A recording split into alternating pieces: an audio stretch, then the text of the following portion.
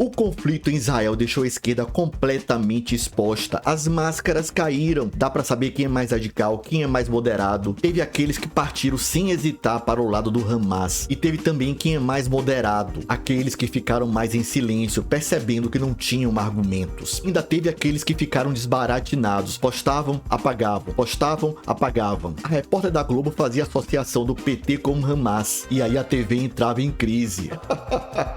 A esquerda banalizou tanto palavras como golpe, democracia, terrorismo, que quando a situação apertou, quando o fato veio pra valer, perderam totalmente a noção da realidade, não sabiam mais o que dizer.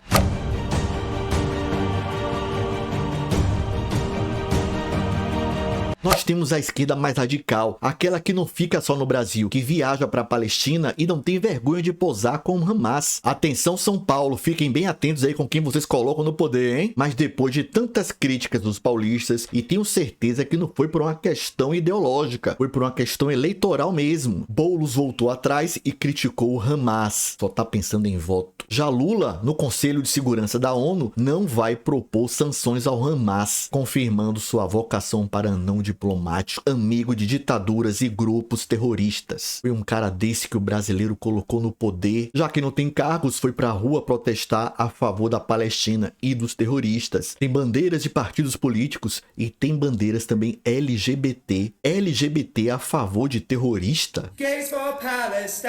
O que pensam os terroristas sobre os LGBT? Quem vai dizer é o chefe do Hezbollah, amigão do Hamas. فما في فرق بين عزابي ومتزوج.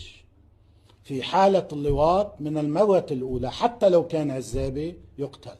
Eu conto ou vocês contam? Aqui pra nós, manifestação a favor de terrorista? Isso é um completo absurdo. Devia ser proibido. A Alemanha proibiu atos a favor do Hamas. Se você protestar lá pelo Hamas, você é preso. Tem também a esquerda sem passado, aquela que esquece o que diz. Paulo Pimenta, ministro das comunicações do governo Lula, é um desses. Perguntado por que ele não chamava o partido Hamas de terrorista, grupo terrorista, vejam só o que ele respondeu. Bom, em primeiro lugar, o Brasil tem uma posição histórica, né? Existe uma delegação, existe uma competência para informar esse conceito de organização terrorista no mundo inteiro, e há uma compreensão por parte de todos os países que compete ao Conselho de Segurança da ONU a definição a respeito disso.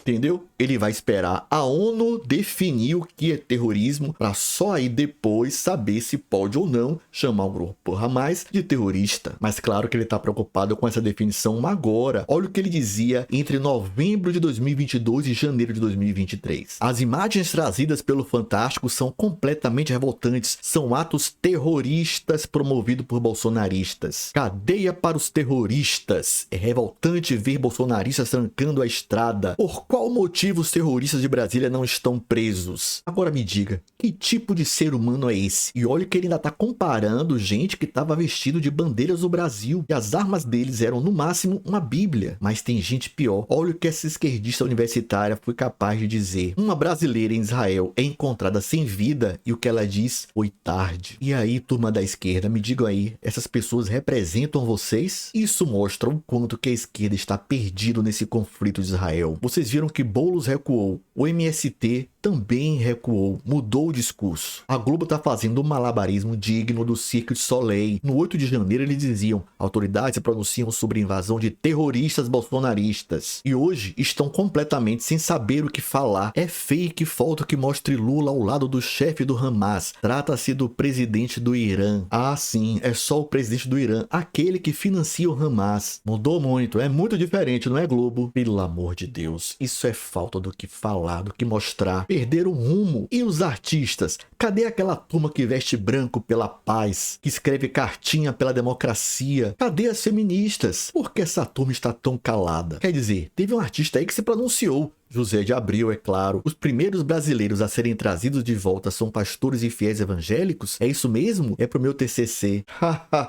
Muito engraçado. E aí, artistas, não vão se pronunciar? Vocês falavam tanto, davam palpite sobre tudo no governo Bolsonaro e agora estão vendo essas imagens horríveis e não vão falar nada? Vão deixar José de Abreu representar vocês? Ainda tem gente que gosta de falar e aparecer mais do que os artistas. Os ministros do STF adoram um ibope, uma exposição, vão na TV, falam de tudo, dão entrevistas, dão palestras, seminários, congressos, falam pelos cotovelos, não só no Brasil, no exterior também. Fingem representar o Brasil com a ideologia de esquerda deles. O STF é a Corte Suprema mais serelepe do mundo. E agora estão quietos, calados? Por que não estão falando? É fácil saber o porquê. Se não falam, é porque não tem o que falar. Eles chamaram todos os opositores da esquerda de golpistas, antidemocráticos e até terroristas. Lembram de Barroso? Amanhã veremos um ato fascista. É assim que eles tratam quem pensa diferente deles. Mas essas são falas políticas. E aí, quando vem a realidade, eles não sabem mais do que falar. Quando o terrorismo é verdadeiro, eles vão falar o quê? Perderam o argumento, ainda mais se é um terrorismo do lado da esquerda. Os artistas e os ministros do Supremo estão numa saia justa ideológica. Vejam só a situação deles. Ou eles condenam o terrorismo e contradizem sua ideologia e suas posições contra a oposição do Brasil, ou eles mantêm as suas ideias e as suas falas intactas e passam pano para o terrorismo. Não tem por onde correr. Se correr, o bicho pega, se ficar, o bicho come. Por isso estão calados. Como não têm a maturidade de assumir os próprios erros, vão permanecer calados. No máximo, vão aparecer com alguma fala contraditória. Espere e você verá.